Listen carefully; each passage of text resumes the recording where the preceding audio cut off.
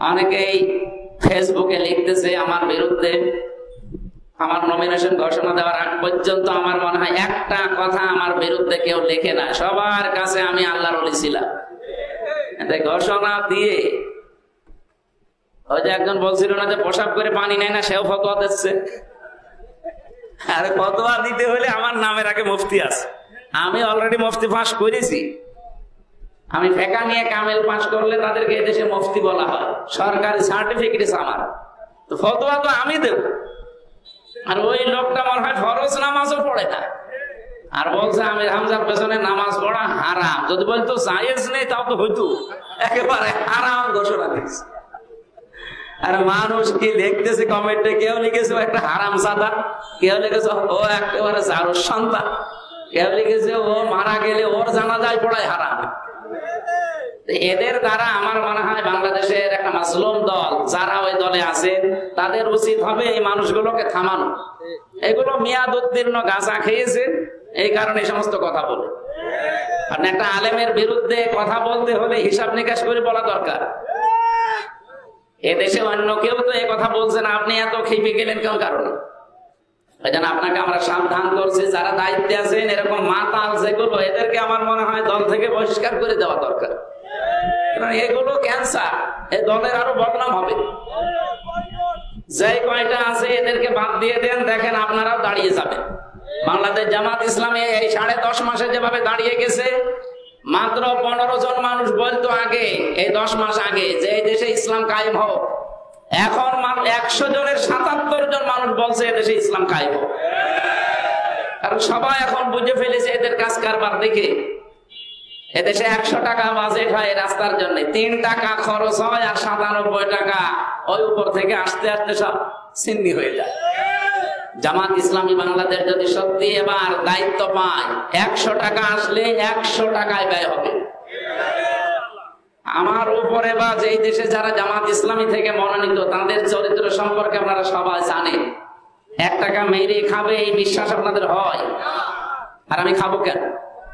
যারা বলে যে আপনি ভোটে দাঁড়ালেন কেন, আপনাকে ভোট দেওয়া লাগবে, আপনি ভোট দেবেন না কোন কারণে? আমার চাইতে যদি যোগ্য, সৎ এবং 100 ভাগ খাঁটি মানুষ পান এই দেশে, আপনি তারে ভোট দেন। আমি দরকার হয় নিজে আপনাকে নিয়ে যাব। কিন্তু আমরা দেখতে পাচ্ছি যে তারা দুর্নীতিতে বারবার চ্যাম্পিয়ন হয়েছে। তাদেরকে আমরা এর আগে দেখি নাই? দেখেছিলাম, কিন্তু তারা তো ভালোর পরিবার তো আরো খারাপ করেছে। আর বাকি যে 15.5 বছরের ইতিহাস তো পর্যালোচনা করার মতো না, এগুলো বাদই দিলাম। এই জন্য আমাদের উচিত হবে চিন্তা ভাবনা করে, যেহেতু প্রতীক ফেরত পেয়েছি, নিবন্ধন ফেরত আমরা পেয়েছি, দাড়িপাল্লা এই প্রতীকটা আমরা কোরআন থেকে সূরা হাদীদের 25 নম্বর আয়াত যেটা পড়লাম, এখানে আপনি পাবেন না। আমি যে কথাটা তুলেছিলাম আগে 1-1.5 মিনিটে শেষ করি। নবীজিকে আল্লাহ দোয়া শিখালেন যে আপনাকে আমি বললাম নিরাপদে এবার চলে যান। উনি বের হয়েছিলেন, আপনারা ইতিহাস জানেন, যতগুলো কাফের পাহারা দিয়েছিল প্রত্যেকটা কাফের চোখে বালি পৌঁছিয়েছে। নবীজি তো বালি মারলেন সামনে, চারিদিকে পৌঁছিয়ে দিয়েছে কে? এখনো যদি এরকম পরিস্থিতি আসে, ওই আল্লাহর সাহায্য এদেশে আসবে না? আসবে না? মানে যত ষড়যন্ত্র করেন পারবেন না। 2 নাম্বার, ওনাকে আল্লাহ নিরাপদে পৌঁছিয়ে দিয়েছিলেন। বিপদ এসেছিল, কিন্তু সব বিপদ আল্লাহ ওভারকাম করার সুযোগ করে দিয়েছে। 3 নাম্বারে এমন একটা রাষ্ট্র ক্ষমতা তাকে দিয়েছে যার ভেতরে সরাসরি সাহায্য ছিল কার? আমরা ওই সাহায্যের রাষ্ট্র ক্ষমতা চাই। এমনি রাষ্ট্রীয় ক্ষমতা আমাদের দরকার নেই, তাহলে আমরা টিকতে পারবো না। কারণ আমাদের প্রতিবেশী সহ চারিদিকে যত দুশ্মন, এখানে টিকে থাকতে হলে আল্লাহর সাহায্য লাগবেই, মাস্ট বি। নবীজির 3টা দোয়া কবুল হয়েছিল। প্রথমটা কবুল হয়েছে সঙ্গে সঙ্গে, দ্বিতীয়টা কবুল হয়েছে 3 দিন পরে, আর 3 নাম্বার দোয়া কবুল হয়েছিল 6 মাস পর। তারপরও আল্লাহ তার একটা দোয়া ফেরত দেয়নি, প্রত্যেকটা দোয়া আল্লাহ কবুল করেছিলেন। আল্লাহ তাআলা বলেন, লাকাদ আরসালনা রাসূলানা বিল বায়্যিনাত, আমি যত রাসূল এই পৃথিবীতে পাঠালাম প্রত্যেকের সাথে আমি প্রথমেই দিয়েছি বায়্যিনাত দিয়েছি, তাদেরকে আমি স্পষ্ট দলিল প্রমাণ, বিশেষ করে চরিত্র দিয়েছি। বাংলাদেশ জামাত ইসলামী থেকে 296 জন অলরেডি নমিনেশন পেয়েছে। অন্য যত দল আছে সব দলের চাইতে এদের চরিত্র যে ভালো, এটা পৃথিবী জানে। কারণ এরা এর আগে 18 জন এমপি হয়েছিল, 1 টাকাও দুর্নীতি করে না। দুইজন মন্ত্রী হয়েছিল, 4 আনাও দুর্নীতি করে নাই। 200-র উপরে উপজেলা চেয়ারম্যান ছিল, একটাও দুর্নীতি করে নাই। 1000-এর উপরে ইউনিয়ন চেয়ারম্যান ছিল, একটাও দুর্নীতি করে নাই। তো এর চাইতে আপনারা কি দেখতে চান? সাতক্ষীরার ইউনিয়নের চেয়ারম্যান একজন মাওলানা, উনি সকাল 10টা থেকে 4টা পর্যন্ত ইউনিয়নের দায়িত্ব পালন করে 4টা থেকে রাত 8টা পর্যন্ত এরকম বাজারে তরকারি বিক্রি করত। বাংলাদেশে অন্য কোন দলের চেয়ারম্যান, মেম্বার, এমপি আপনি দেখাতে পারবেন? আমরা গ্যারান্টি দিই এই কারণে এদেরকে ওইভাবে গড়ে তোলা হয়, কারণ এদের চরিত্র মোহাম্মদ রাসূলুল্লাহকে দেখে প্রতিদিন 9টা করে বিষয় পূরণ করে করে ওই ধাঁচে ওঠা লাগে। 2 নম্বরে কিতাব, তাদের সাথে কিতাব আছে। বাংলাদেশে যত দল আসে সবচাইতে বেশি কোরআন পড়া লাগে জামাত ইসলামী এবং ইসলামী ছাত্র শিবিরে। অন্য কোন দল করলে আপনি লিখতেও পারেন, না লিখতেও পারেন, কিন্তু আমি জামাত ইসলামী এবং শিবিরের গ্যারান্টি দিতে পারি, আন্দাজে পদ্মপুকুর থেকে উঠে আসে আপনি সভাপতি না। আপনাকে প্রতিদিন 9টা করে পয়েন্ট লেখা লাগবে। প্রথম পয়েন্টে আপনি কোরআন শরীফ কয় আয়াত পড়েন, বুঝে পড়েন না আন্দাজে পড়েন, ওটা লেখা লাগবে। আবার লিখলেই শেষ না, মাসে মাসে আবার যে দায়িত্ব আছে তার দেখানো লাগবে।